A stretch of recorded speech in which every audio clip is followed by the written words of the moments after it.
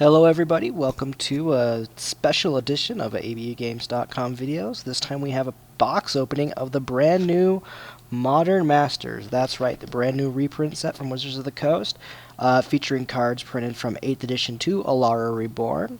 Let's go ahead and get cracking. Insert right here, the new Dark Confidant. Look at that new Bob. Looks more like Skrillex, but that's okay. So we're going to go and open the first pack here. Let's see what we get. This is exciting.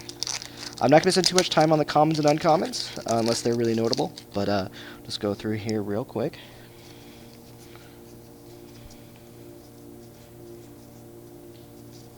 And our first rare is Maelstrom Pulse. Alright, pretty cool card from Alara Reborn. Good for taking out tokens and stuff like that. Foil, there's a foil in every pack this set. First foil, Stinkweed Imp from the Dredge decks. Alright, it's pretty cool. Going on to the next one. Let's see what we got here. A quick little run through. If you have any questions about the stuff that we pull, feel free to ask it in our comments. So our rare is Extirpate. Pretty cool card. And then our foil, Trigon Predator. It's a pretty sweet card. Like it for EDH, you can get rid of pesky enchantments and artifacts. That is pretty sweet. Let's look at a little bit of the wrappers here real quick. You got the new Vidalcan Shackles art on that. The new Bob art on this pack. And then we also have the new Sword of Fire and Ice. So hoping to pick all these cards. All those cards are mythic in this, so hoping we can get them in this box. That'd be pretty sweet. Obviously we're hoping for a Tarmogoyf in this box. So let's go ahead and go through here. Alright, some pretty sick commons on the uncommons. And Ethersworn Canonist is our rare. It's from, I believe that's from Shards of Alara. Yeah, each player who has cast a non-artifact spell this turn can't cast an additional non-artifact spell. So, kind of an interesting card. Kind of goes in the artifact decks. Our foil is Petals of Insight. It's from the Kamigawa block originally. Alright. On to pack number 3. There's been a lot of hype for this, especially with that coming up. There's a Grand Prix Las Vegas coming up. A lot of people are expecting it to be the biggest Grand Prix ever. It's going to be a sealed Modern Masters only event that's going to be sealed Modern Masters that Wizards is running, to my knowledge. Alright, we're going through here. Lightning Helix, that's a pretty cool card. Pyromancer's Swath was seen a little bit in Modern, I guess, for the kind of like the Storm decks. You can do a couple more. Lets you, yeah, if an instant or sorcery you control would deal damage to a player, deals that much damage plus 2 instead. In the beginning of each end step, discard your hand. So it was mainly used kind of like with Grape Shot. You could do a lot of damage in one hit, to my recollection. And Sand Sowers are foil in that pack. All right. Pack of Quattro. So, going through here real quick. Pretty interesting choices on some of the commons and uncommons. I could definitely feel like they wanted to get it more of a limited flavor. And, ooh, our first mythic, Jugan the Rising Star. It's a 5/5 flying dragon for 6. One of the rare flying green creatures, actually, which is pretty cool. When he dies, you may distribute 5 +1/+1 counters among any number of creatures. So, the good thing about him is, like, if he goes away and you got other stuff left up, you can make him real big. So, it's pretty cool. Foil Walker of the Grove. It's a 7/7 for 4, or 7/7 for 8. When it dies, you get a 4/4. So, pretty interesting. It also has a Voke.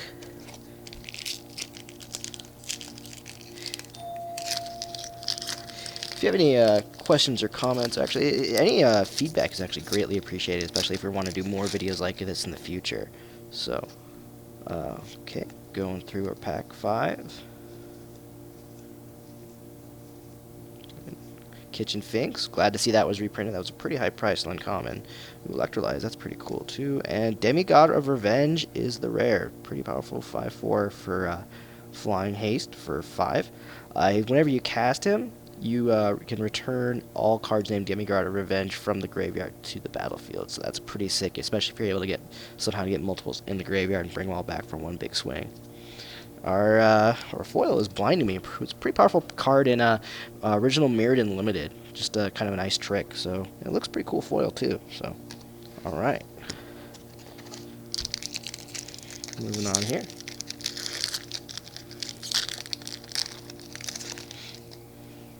Okay.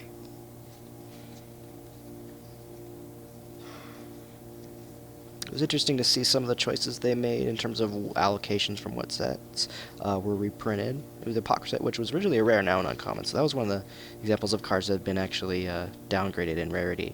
And we have Revelark. Ooh, Revelark, pretty cool card. 4/3 flying for 5, or you can actually evoke it for 6. When it dies, actually it doesn't even have to die, just leaves the battlefield. I keep forgetting that. When it leaves the battlefield, you can return up to 2 card creatures with power 2 or less from your graveyard straight to play. So I believe he sees some play into pod decks. I know he's had a lot of play in the past, back when he was standard legal, so definitely a good thing to see him reprinted. We have Tar Pitcher foil, so definitely goes in the Goblin decks. He's going to be a pretty powerful card in the Goblin Limited if you're able to do any drafts with this stuff. Alright, moving on.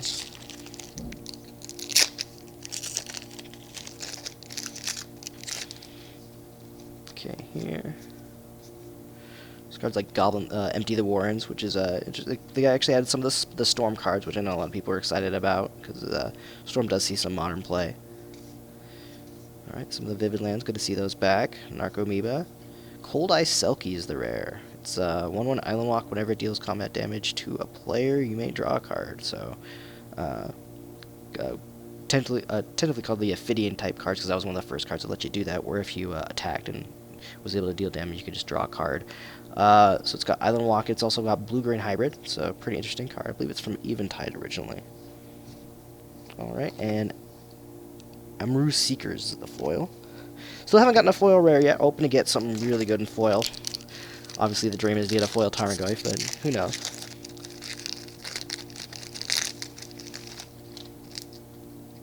Okay, going through here.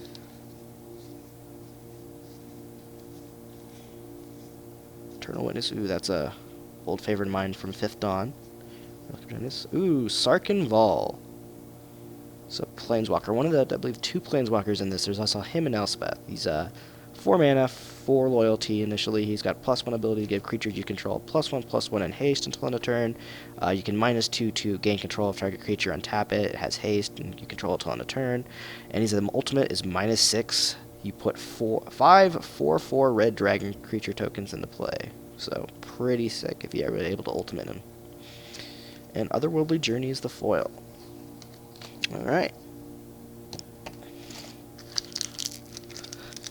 I'll be honest, not the mythics I was really hoping to open here, but, you know, they're still pretty powerful cards. And how often are we able to open a set like this? So, go ahead and moving on. Definitely got fairies in here. Definitely wanted to give some fairy love. And when they made the set, you could tell. Path to Exile, one of the best removal spells printed, at least in the past decade, if not ever. I'd definitely put it in the top ever. So I was definitely happy to see it reprinted, and I love the art on it. In Kataki, War's Wage, 2/2 for 2 at the beginning of, actually, all artifacts have at the beginning of your upkeep, sacrifice it unless you pay 1, so he was definitely designed to be anti-affinity. Oh, we have a foil rare, Blink Moth Nexus, that's pretty sick. It's a land, you can tap to add 1, or you can actually pay 1 to make it a 1/1 flying artifact creature until end of turn. Definitely sees play in the Affinity decks. So, definitely pretty cool. Alright.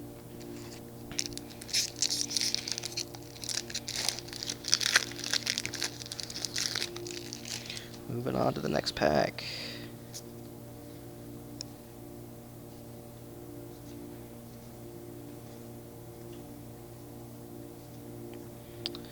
Alright, and ooh, Glimmer Void. So another card that definitely goes into the Affinity decks is Glimmer Void. It's the beginning of your upkeep. If you have no artifacts, you have to sacrifice it, but you can tap it to add 1 mana of any mana color to your mana pool. So definitely goes in the Artifact Affinity decks. Remember it back in when it was standard play. It was definitely a sought after card. So good to see it back. Wrathy Trapper is the foil.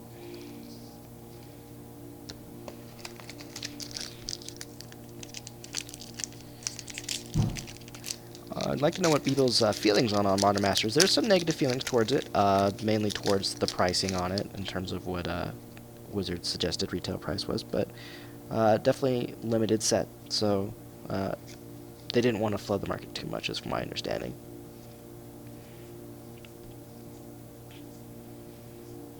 Alright, Spell Snare. Good to see that back. Blood Moon. So this was an interesting card. It actually was a reprint in 8th edition, and now they're reprinting because it was a reprinted in 8th edition. So it was originally from the Dark. Definitely a powerful card in Modern. Be able to turn all non-basic lands into mountains. So that's definitely a powerful effect that definitely a sideboard staple for many red decks. Ooh, another foil rare. We got Una, Queen of the Fae. It's a 6 mana, 3 and 3 hybrid blue-black, flying. You choose a color. Target opponent exiles the top X cards of his or her library. For each card of that color, the chosen color, exiled that way, you put a 1/1 fairy token into play under your control. So that's pretty sick. Definitely looks good foil.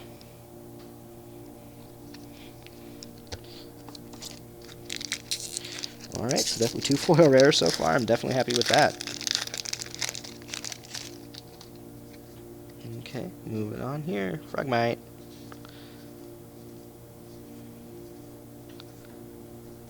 Glacial Ray. Mananti, another card that was downgraded from rare to uncommon. Desperate Ritual goes in the Storm decks. Dark Confidant, sick. Alright, this is one of the cards that I know everyone was really hoping to see get reprinted. Changed the art, but still the same effect, still the same powerful card. Beginning your upkeep, you reveal the top card of your library, and you lose life equal to its converted mana cost. And you put it in your hand as well, so it's definitely a powerful effect. Being able to draw extra cards has always been, especially reusable effects that you draw extra cards, have always been staples of top Magic play. So this guy is definitely one of the best creatures ever printed. Definitely glad to have him in the box. Super stoked. Foil is Mirror Enforcer. So I feel like this box has already been worth it. If I was personally purchasing this, I would definitely be happy. Okay. Moving on. Lava Spike, a good burn spell reprint. Pestermite definitely goes in the Splinter Twin combo. And Auriok Salvagers. Okay, that's an interesting choice. 4 mana for 2/4. You can return target artifact card with converted mana cost 1 or less from your graveyard to your hand. So he's kind of like a recurring effect for any cheap artifacts. But we did get a foil Relic of Progenitus. That's pretty sick. Definitely see some play. I think he's in the Tron decks. So definitely cool to see that card. Looks really good foil too.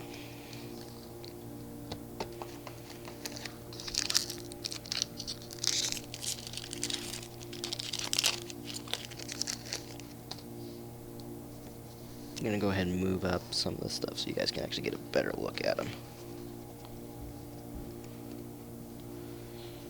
Alright.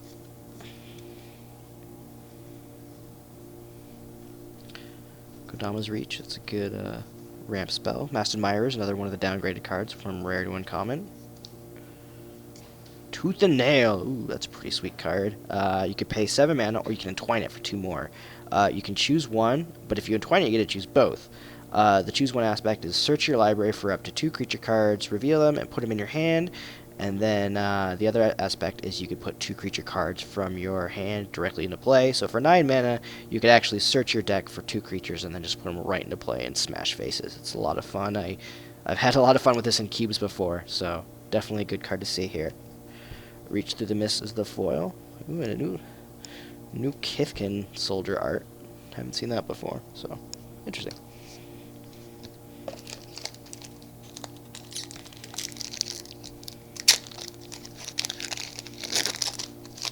Here we go.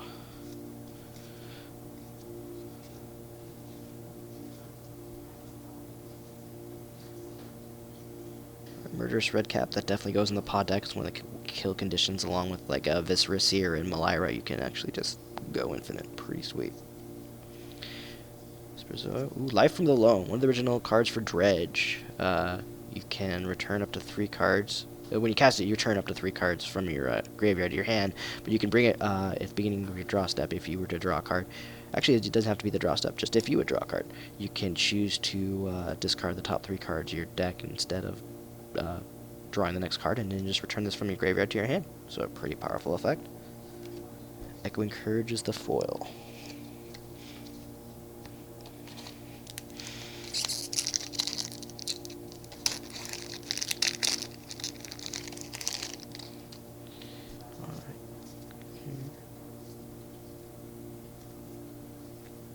Definitely got the feeling that they wanted a lot of limited play in mind with the commons. So,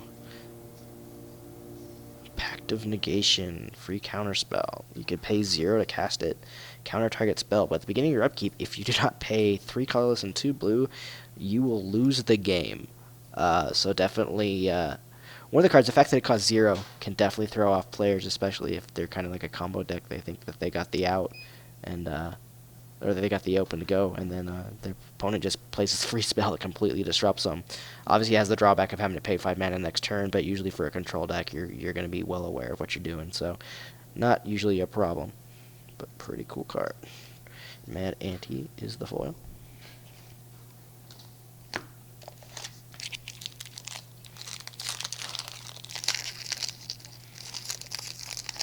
Alright.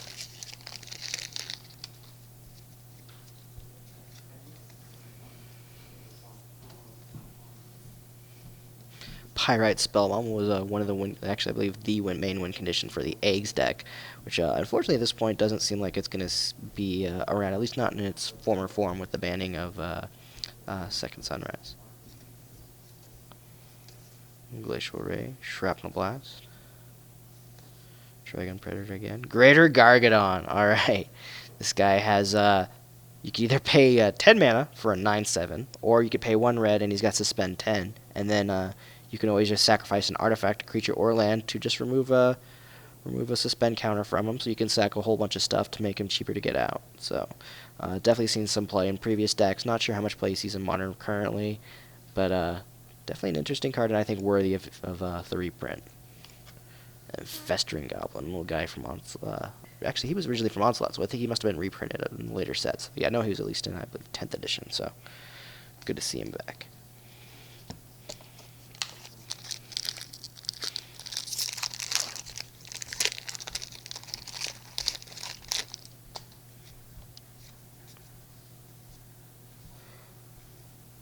Grape Shot with new art, even. I'm not really sure about the new art, but it was definitely a card that they wanted to reprint, just because of the fact that it basically one of the main kill cards for the Storm deck.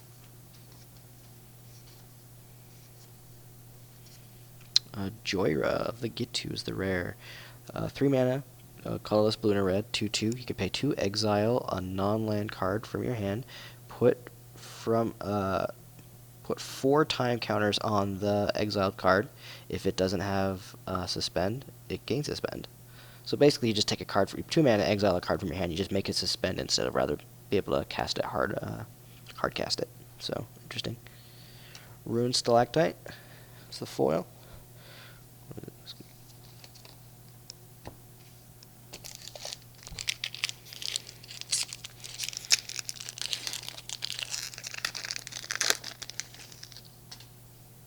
Alright. Definitely a lot of artifacts. They wanted to kind of push artifacts in the common slot just for it to be a draftable archetype. Plumeveil. Dragonstorm. Alright. 8 mana. Search your library for a dragon permanent card and put it onto the battlefield, and then shuffle your library. Also has Storm, so for each other spell previously played that turn, you get a copy Dragonstorm when you cast it. So definitely powerful card. Was seen a lot of play back in its heyday. So interesting card to see back. Lava Spike foil, ooh, pretty sick. Foil burn spell, always like those. I like my red. I like my face burning.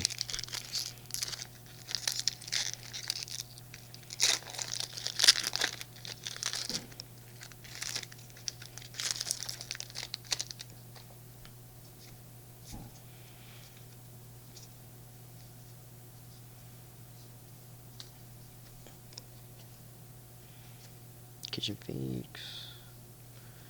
Divinity of Pride. Interesting. It's a 5 mana, 5 hybrid black-white. It's a flying lifelink, 4/4. But it gets +4/+4 as long as you have 25 or more life. There was a recent card that was basically printed in Dragon's Maze that's close to this, but I feel like this card's just itself is just insane. You're obviously can only kind of limited to either black or white. Sometimes you have to be mono, or just going straight to black-white. Hard to do it with 3 colors, but definitely a powerful card. A good late game finisher. So interesting to see back. Dampened Thought is the foil. Dude's got like ghosts going through his ears. It's gotta suck. Oh, we're down to the final 3. Alright. I've definitely enjoyed this so far. I'd love to do it again with future sets. But again, please, any feedback on how we can improve would be greatly appreciated.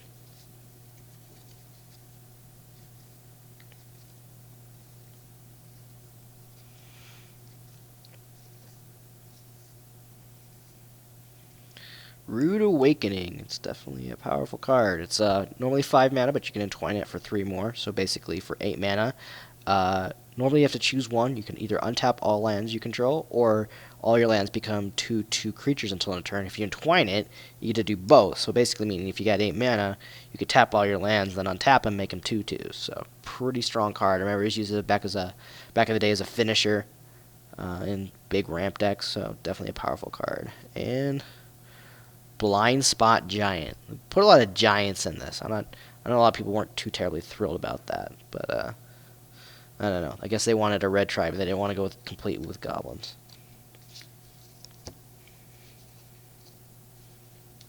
I get these straightened out, look a little bit better. Come on.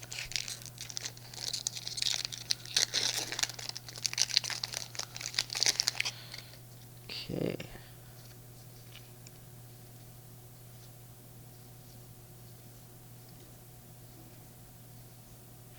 I like some of the ramp spells they put in the set, like Kodama's Reach and Search for Tomorrow. Stone Hewer Giant. 5 mana, 4/4 vigilance. You can pay white and a colorless, tap it, search your library for an equipment card, and put it onto the battlefield. Attach it to a creature you control, then shuffle your library. Before cards like that, when they reprinted the swords and stuff like that, he was definitely an interesting pick, but his ability is super strong. You just find you'd be able to, in the same turn, basically you can attack and then still use his ability to find an equipment and put it on something. So you could actually attack with him. After he's been declared an attacker, use his ability to put an equipment on him. So he could actually attack and then also get the equipment. So pretty cool card. And hey, there's an equipment you can find yourself. Bone Splitter. Alright, last one. Last one. Come on, Tarmogoyf. We're really hoping for that Goyf.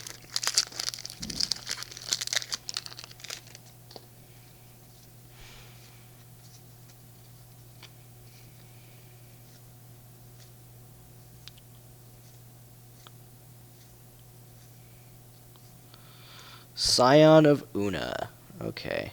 So we got a Fairy Lord as our last rare. 3 mana, 1/1, flash, flying. Other fairies you control get +1/+1. Other fairies you control have Shroud. So he's actually a powerful card. You can get him in instant speed, give all your fairies +1/+1, and give them Shroud, so they can't be targeted, which is pretty cool. This goes in there. And the foil is Spell Stutter Sprite. Ooh, but we got ourselves an emblem. It's pretty nice to end on a interesting note. Finally got an emblem for Elspeth Knight-Errant. Alright, well, I want to thank you guys for joining me. If you have any questions, always, again, feel free to just make comments on the YouTube channel. And you can also visit abugames.com for all your Magic the Gathering needs. And all these cards are going directly into our inventory, so you can actually purchase them yourself. So thank you guys for watching. Take care.